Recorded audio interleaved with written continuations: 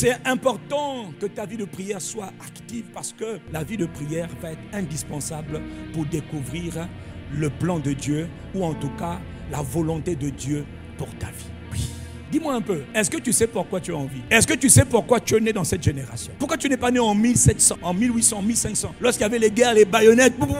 Pourquoi tu es né maintenant? Et depuis que tu es né, as-tu déjà compris pourquoi tu existes? Quel est le but général, la raison d'être de ta vie sur terre? Est-ce que tu le sais? Si tu es un homme, s'il te plaît, si tu es un être humain, homme avec un grand H, c'est-à-dire un humain, alors tu dois comprendre une chose. Dès qu'un être humain naît dans ce monde, il doit savoir pourquoi est-ce qu'il est né. Parce que Dieu ne fait rien par hasard. Tes parents t'ont enfanté, mais c'est Dieu qui t'a envoyé. Il est écrit dans Apocalypse 4, verset 11. Tu es digne, notre Seigneur et notre Dieu, de recevoir la gloire, l'honneur et la puissance. Car tu as créé toutes choses. C'est par ta volonté que toutes choses existent et ont été créées. Tout ce qui existe a été créé par la volonté de Dieu et pour la volonté de Dieu. Rien n'existe par hasard. Aucune couleur n'a été créée par hasard. Aucune plante n'a été créée par hasard. Aucun animal, qu'il soit petit comme la fourmi ou qu'il soit grand comme le rhinocéros ou l'éléphant, aucun animal n'existe par hasard. Tout ce qui existe, existe pour une raison précise, pour accomplir la volonté de Dieu. Et quand je parle de la volonté de Dieu, je te parle de deux choses. Le but de Dieu et le plan de Dieu. Dieu a un but à atteindre pour toi et Dieu a un plan à atteindre pour toi. Quelqu'un dit Amen et je continue. Nous sommes tous créés pour découvrir la volonté de Dieu. Pour la découvrir, Satan va faire beaucoup de travail pour que tu ne découvres jamais la volonté de Dieu pour toi. Pourquoi je suis là sur la terre? Beaucoup ne savent toujours pas. Tu viens à l'église, tu pries, tu chantes, mais tu vis comme quelqu'un qui n'a pas de repère, qui n'a pas de vision, qui n'a pas en tête ce que Dieu veut faire avec lui. C'est terrible, non. Cette année 2024, année de fondement, une de tes priorités, c'est de découvrir, pourquoi j'existe?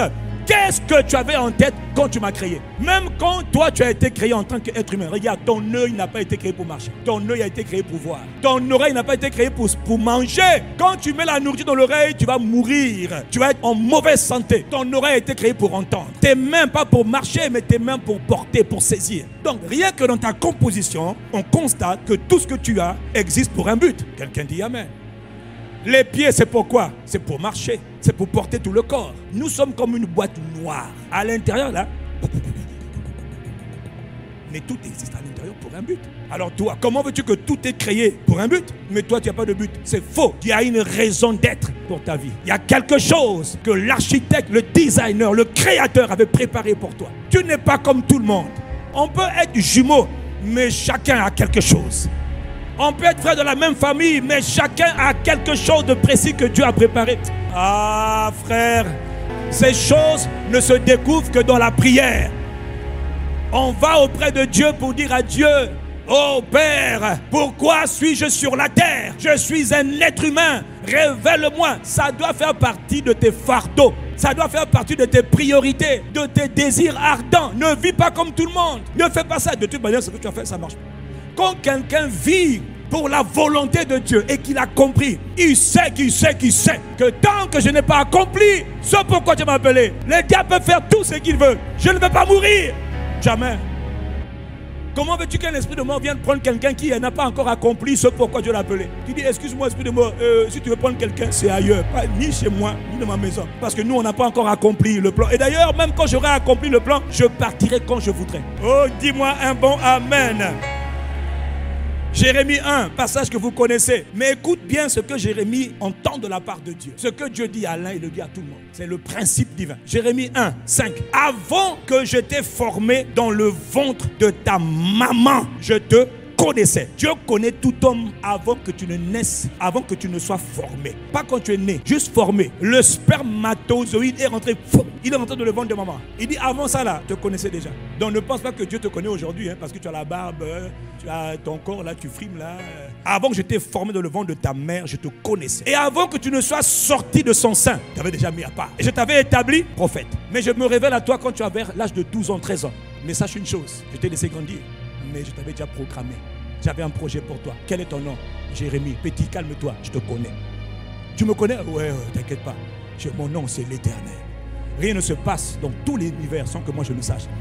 Mais quelle est ton intelligence? Mon intelligence, tu ne peux pas la comprendre. On ne peut pas comprendre celui qui a une intelligence insondable.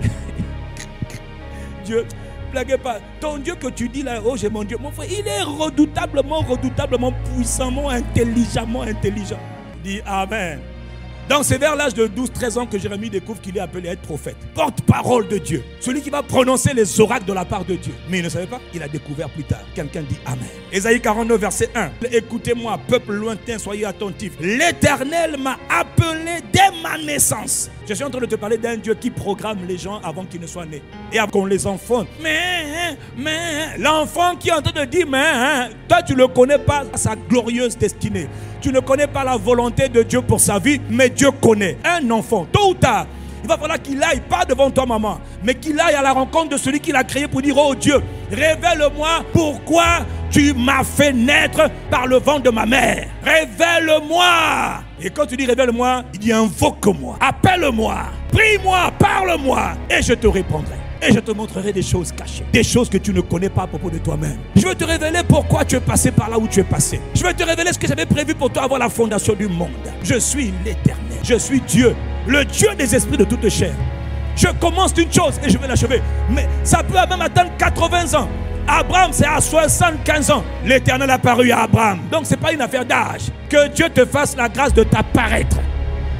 Mais pour ça, il faut que tu le cherches. Pour le chercher, il faut engager la vie de prière. Tu dois désirer. Arrête d'étudier zoba bêtement. Là. Arrête aussi de travailler bêtement. Qu'est-ce que je fais dans la vie? J'ai un petit boulot. Dans le ciel, quand tu t'avais créé, il n'avait pas prévu petit boulot. Il avait prévu sa volonté. Est-ce que tu as une image de sa volonté? Tu souffres parce que tu n'es pas au bon endroit. Tu n'es pas en train de faire ce pourquoi tu as été créé. Tu es comme une main qui essaie maintenant de marcher. Ça marche que pendant un peu de temps. Tu es comme un œil qui essaie de manger. Voilà pourquoi tu es malade. Tu es comme une oreille qui fait tout pour parler. Ce n'est pas ta place. Est-ce que Dieu parle à quelqu'un? Tu dois faire de la volonté de Dieu pour ta vie une priorité. La volonté de Dieu révélée par 1, le but, 2, le plan. Le but de Dieu, c'est la destination finale. Où est-ce qu'il veut m'envoyer? Qu'est-ce qu'il veut faire avec moi? 1, 2, par quelle manière Dieu va s'y prendre? Nous sommes dans l'auditorium Carbone, palais de gloire. Derrière, c'est le bâtiment Shekinah. Si la volonté de Dieu, c'est de t'emmener derrière le bâtiment Shekinah. Ça, c'est la volonté. Il dit, bon, dans ma volonté, il y a le but. Il y a avec moi le but. Le but, c'est d'aller derrière là. Maintenant, quel est le plan? Quel est le chemin? Quel est le projet? Par quel moyen il va t'y emmener? Si tu ne connais pas le plan, et il te dit, ah, pour aller derrière, sors à droite, prends à droite. Et toi, Satan te dit, sors là-bas, va tout droit au centre-ville. Après, tu vas à Talangaï, tu montes vers Kintele, mais le but, c'est là. Donc, tu dois pas seulement connaître le but, tu dois connaître le plan. Le but est révélé par Dieu. Le plan est révélé par Dieu. Le chemin à prendre, c'est Dieu qui doit te le révéler. Satan va tout faire, même si tu connais le but, que tu ne connaisses pas le plan. Voilà pourquoi, en parenthèse, pour frustrer la volonté de Dieu pour ta vie, il te fait pécher. Il te pousse à pécher, il te donne des mauvais amis, mauvaises relations, faux mariage, faux travail, fausses études, faux frères, fausses sœurs, mauvaise fréquentation. Ce sont les manières. Et surtout, il te pousse à pécher. Ah, il va te faire coucher avec tout le monde. Une seule relation sexuelle peut déjà te gaspiller, peut te détourner du plan. Le but peut être atteint, mais ça peut même prendre 50 ans plus tard. Il y a des gens qui ont commencé le sprint, ils ont commencé le marathon. Il y en a qui ont fini le marathon de 42 km en 2 heures, 3 heures. Il y en a qui ont fini ça en 2 mois. D'autres en 1 an. Mais vous étiez où? Ah papa, j'étais en train de courir. Et puis après, j'ai couru. Oui, tu cours, mais tu vas où? La route a été tracée. Il faut demander le chemin. Satan a travaillé beaucoup pour que beaucoup s'égarent. J'ai une bonne nouvelle. Même quand on se perd avec Dieu, il y a comme le GPS spirituel. Saint-Esprit, ramène-moi sur la voie. Ah, est-ce que je suis en train de parler à quelqu'un? Que Dieu t'accorde la grâce, quel que soit là où tu es positionné, qu'il te fasse la grâce de te repositionner sur le plan qu'il a préparé pour toi. Quelqu'un donne un bon amen. C'est ta responsabilité de presser Dieu, de presser le trône de la grâce. Je ne veux pas vivre comme un homme ordinaire. Révèle-moi pourquoi je suis là. Quelle est la volonté de Dieu pour ma vie? Quel est, oh Dieu? Révèle-moi, révèle-moi, révèle-moi, révèle-moi. Parle-moi, parle-moi. Parle-moi. Quel que soit l'âge que tu as, tu peux le découvrir aujourd'hui. Et quand tu l'auras découvert, ce n'est que la première partie de l'étape. Après maintenant, il faudra engager la guerre dans le combat de la prière pour l'accomplir. Parce qu'il y a des forces terribles qui s'acharnent pour te détourner de la volonté. Donc ce n'est pas tout de savoir, oh Dieu veut ça pour moi, le Seigneur m'avait donné une prophétie. Mon frère, ma soeur, les prophéties ne s'accomplissent jamais automatiquement. Les prophéties que tu as entendues vont devoir trouver ta coopération. Et ta coopération va devoir te pousser dans la prière. Personne ne voit les promesses de Dieu s'accomplir sans prière. Il faut te réveiller un peu, hein. Dieu avait dit que j'allais devenir une femme d'un bon époux avec qui avait beaucoup d'argent. Si Dieu t'a prophétisé ça, je te donne un conseil. Engage la vie de prière et de jeûne. Parce que je peux te dire que d'autres femmes sont résolues à prendre ta place. Et que le diable a dit que ça ne va pas s'accomplir. Femme, réveille-toi. En anglais, on dit wake up, téléma. Réveille-toi et engage la prière pour que les projets de Dieu pour toi soient accomplis. Est-ce que tu en fais un sujet de prière? Tout ce que Dieu dit ne s'accomplit pas automatiquement. Parce qu'il y a quelqu'un qui combat les projets de Dieu. Plusieurs sont déjà tombés alors que Dieu avait des projets. Satan les a juste mis ce qu'on appelle petit cal, une petite barre de fer là. Tu es tombé. Aïe! Qui t'a fait tomber? Une soeur, un frère. Et toi, il va te falloir maintenant 25 ans que Dieu t'accorde la grâce de te relever plus vite qu'il ne faut. Parce que notre Dieu, c'est le Dieu des secondes chances. C'est le Dieu des restaurations. Mais n'abuse pas, n'abuse pas. Samson a abusé et il a été disqualifié. Ne meurs pas trop tôt. Il y a toute une guerre autour de toi.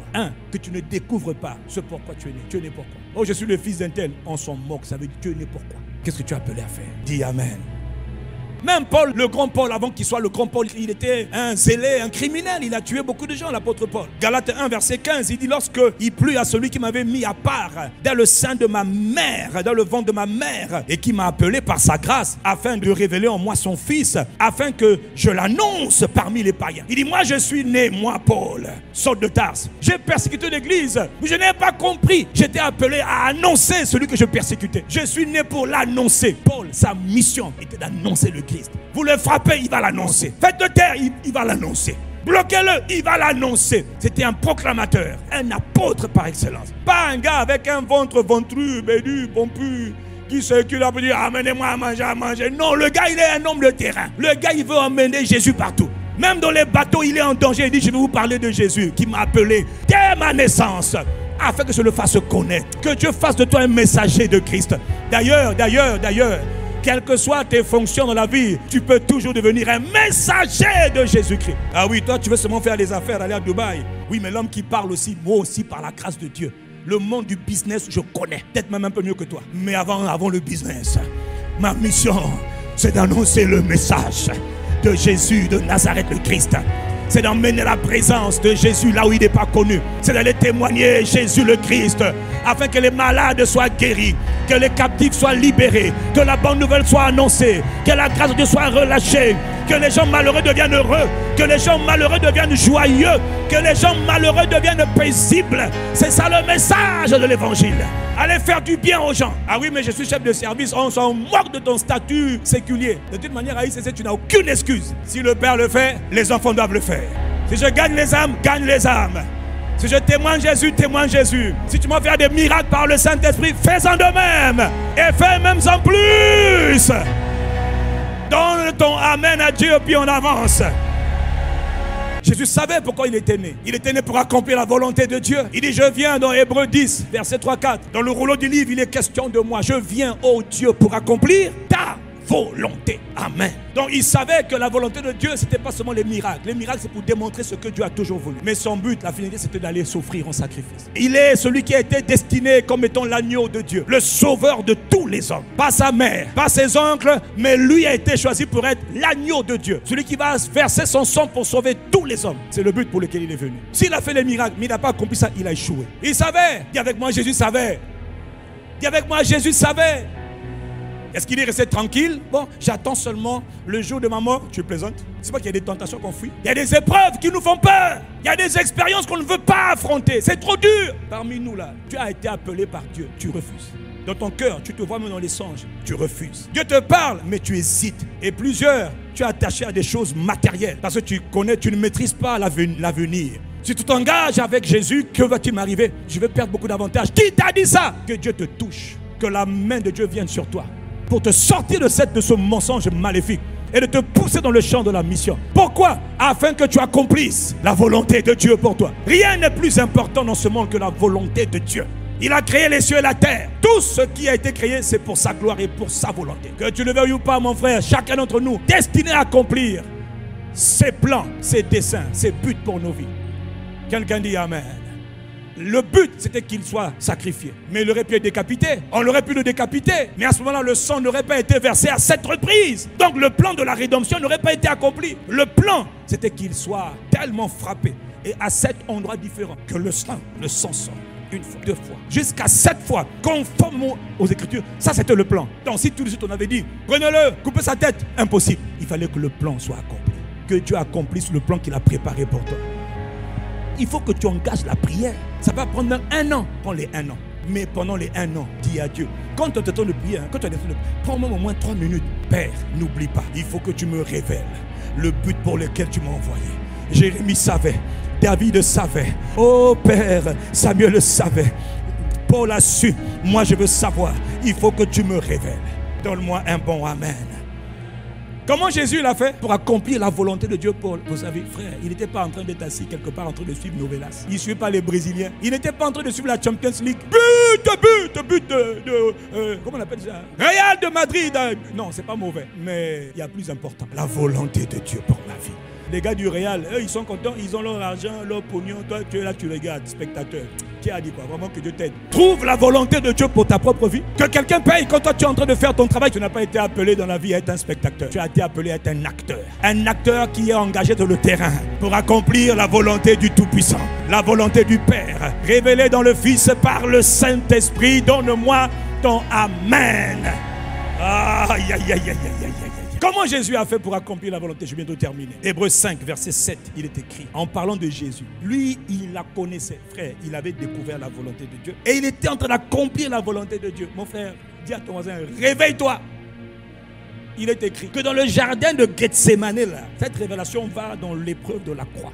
C'est lui qui, dans les jours de sa chair, c'est-à-dire dans les derniers moments, là, avant d'être crucifié, la Bible dit, il s'est présenté devant le trône de Dieu avec des grands cris, des larmes. Il a présenté à Dieu des prières et des supplications. Il négocie avec le Père. Au Père, quand il allait prier là, il est revenu là. Il dit, vous n'avez même pas pu prier avec moi pendant 1 heure. Hé les gars, réveillez-vous.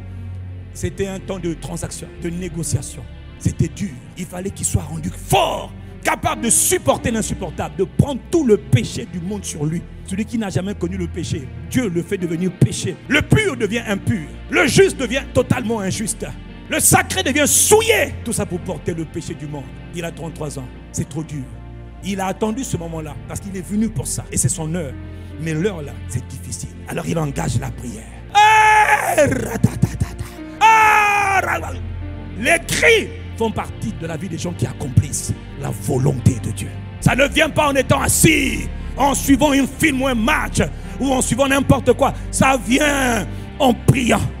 En priant et en priant. Pousse des cris. Ce n'est pas des cris qu'on fait exprès. Hey, des grognements. Hey, des pleurs. C'est des pleurs d'intercession. C'est des pleurs de supplication. Père, je sais que c'est mon heure. Oh, mais moi, je n'ai jamais connu le péché. Mais j'ai toujours été pur car je suis Dieu. Aïe. Dans les jours de sa chair, il a présenté à Dieu le Père qu'il écoutait. Parce que le Père écoute tout le monde. Parle, mon fils. Parle. S'il était assis au bar ou au restaurant, ou chez la copine Sophie, ou chez la copine Alexandra, en train de papoter et de critiquer, il n'aurait jamais accompli la volonté de Dieu. Il y a un temps pour chaque chose. Il y a un temps où les hommes se mettent à part. Ils se tiennent devant le trône de la grâce. On appelle cela l'enfantement dans la prière. Les desseins de Dieu s'enfantent dans les prières de douleur, dans les cris, dans les larmes, dans les grognements.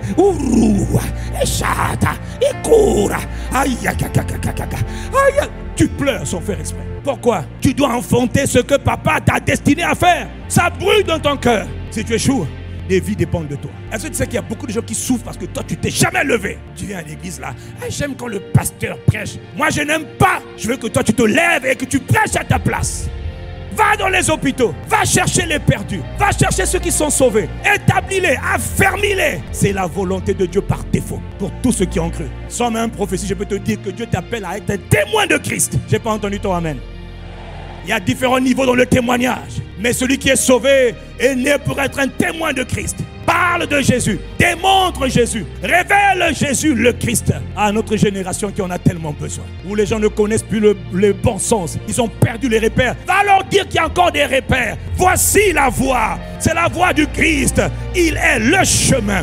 Il est la vérité. Il est la vie. Il a souffert à cause de toi. Que tu n'aies plus à souffrir. Donne ta vie à Jésus. Reçois Jésus. Marche avec Jésus. Je ne te parle pas de ma vie. Je te parle de Jésus le Christ. C'est ça. Même si tu ne connais pas encore la volonté de Dieu parfaite pour toi, je t'annonce que quel que soit ce que tu feras dans la vie, ça là, ne t'en éloigne jamais. Oh pasteur, je suis footballeur. Prêche Jésus au football. C'est notre dénominateur commun. On a tout ça en commun. Oh, moi je suis gendarme. Prêche Jésus-Christ aux gendarmes. Qu'est-ce que tu fais dans la vie? Là où Dieu t'a mis là, prêche Jésus. Démontre Jésus. Et ne nous fatigue pas. Oh, c'est seulement réservé au pasteur. Faut que ton cœur brûle. Oh, que Dieu fasse brûler ton cœur.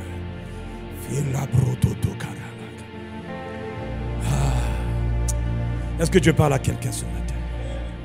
Parmi les sujets de prière de Paul, le grand Paul avait toujours la volonté de Dieu. Colossiens 1:9, version Semeur.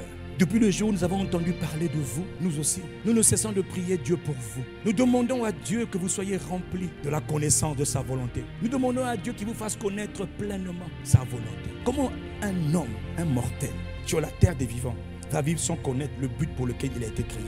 Frère, fais de cela ta priorité. Prie au moins 5 minutes chaque jour, entre aujourd'hui jusqu'au jour où Dieu va se révéler à toi. Parce qu'il va se révéler à toi. Ne pense pas que moi je suis né en pensant que j'allais faire ce que je fais aujourd'hui. Rien en moi ne me prédisposait pour faire ce que je fais aujourd'hui. Rien. Même, je n'ai même jamais rêvé, imaginé une chose pareille. Jamais.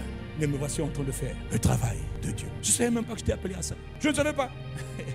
Et le premier jour, il a dit, hey, moi, pasteur, moi, c'est pas mon appel. Moi, je veux faire les affaires pour soutenir le royaume. Il dit, oui, tu vas me servir. Je dis, oui, dans les affaires. Je vais gagner de l'argent pour financer le royaume. Et je n'ai jamais changé d'avis. Toi, quand tu as gagné l'argent, on ne sait pas où c'est parti. Que Dieu nous aide. Et avec moi, Père, accorde-moi la grâce.